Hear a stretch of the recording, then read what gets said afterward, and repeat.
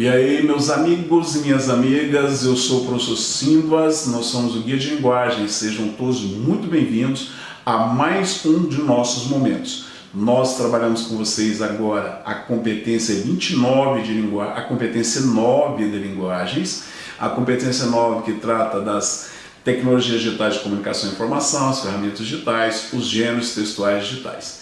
E nós hoje demonstraremos para vocês como reconhecer a habilidade 29 em uma questão do Enem. É muito importante isso, porque facilitará para vocês quando vocês estiverem em frente à prova. Tá? É importante vocês já desde agora, desde os estudos de vocês, reconhecer as habilidades, certo? Então, a habilidade 29 trata das ferramentas digitais, da linguagem das ferramentas digitais. O que são essas ferramentas digitais? As ferramentas digitais são os portais, a inteligência artificial, o podcast, os blogs, as redes sociais, e cada uma dessas tem uma linguagem específica. Nós trabalhamos com vocês uma questão do Enem 2024 e uma questão que tem como tema o podcast. O podcast é uma ferramenta digital híbrida, é um gênero textual híbrido, porque ele trabalha questões dos programas de rádio, das entrevistas, das reportagens, e é uma ferramenta flexível, um gênero flexível, porque o podcast não tem uma estrutura rigorosa como reportagem ou como o programa de rádio, tanto na questão do tamanho, da edição, da linguagem do público, ok? Vamos lá, há uma questão do Enem 2024 que trata das ferramentas digitais, do podcast e das características de suas linguagens, reconhecendo a habilidade 29, ok? Vamos lá, a questão. Então, pessoas queridas, trabalhando com vocês a identificação da habilidade 29 em uma questão do Enem 2024. Vamos lá. Texto. O podcast é um arquivo digital de áudio que pode ser inserido em várias plataformas online. Os conteúdos desse formato são diversos. Existem tanto os programas que abordam questões políticas nacionais, quanto os que desenvolvem temas voltados para a ciência. Enfim, os podcasts abrangem um leque diversificado de opções para os ouvintes. Esse arquivo digital de áudio tem marcas do formato radiofônico, como as entrevistas ping-pong, perguntas e respostas, os debates em formato de mesa redonda, as reportagens, os documentários em áudios e os boletins.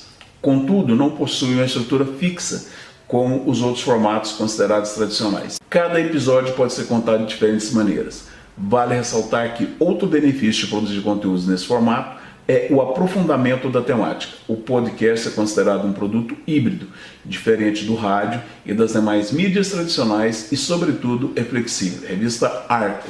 Nós temos aqui dois pontos fundamentais para trabalhar com vocês, tá? Dois elementos, duas características básicas da linguagem do podcast.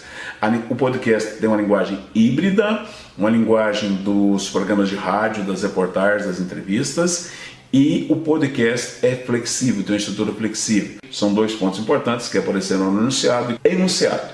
Em comparação a outras mídias, o podcast tem como diferencial a versatilidade na produção. É uma produção versátil, híbrida, sem estrutura rígida e no acesso a diferentes conteúdos, ao contrário dos programas radiofônicos, das entrevistas que mantêm uma estrutura flexível. Letra A é a resposta correta. A letra A refere-se a dois pontos fundamentais da linguagem do podcast. A linguagem é versátil, é flexível e o acesso a diferentes conteúdos. O podcast é um gênero híbrido e flexível. Por que a letra B está errada? O resgate de modelos tradicionais? Não. O podcast renova os modelos tradicionais de programas, não só de programas radiofônicos. C. A abordagem pormenorizada de temas políticos e científicos, não obrigatoriamente isso, não é apenas essa abordagem. O podcast ainda não atinge um público amplo e diversificado. E, aliás, o podcast é direcionado a um público específico. A predominância de linguagem coloquial depende, porque o podcast depende do tema e depende dos interlocutores, dos sujeitos que fazem o podcast, ok? Então, reconhecida a habilidade 29 da competência 9, nós vamos logo na sequência para outro tema, para outra habilidade, ok? Bons estudos, um abraço do titio Simbas. E então, pessoas queridas, fácil reconhecer a habilidade, não? Nós vimos aí com vocês a habilidade 29 da competência 9 em uma questão do Enem 2024. Nós mostramos para vocês como reconhecer, é importante isso, porque facilitará a vida de vocês, de quem fará a prova do Exame Nacional do Ensino Médio.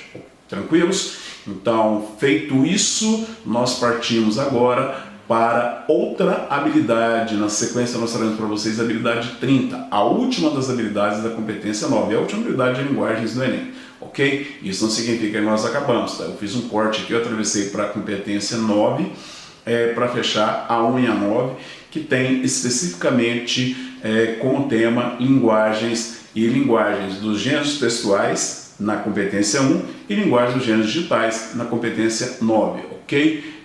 Havia todo um propósito envolvido nisso, tá? Os movimentos são devidamente calculados, como diria o nosso amigo.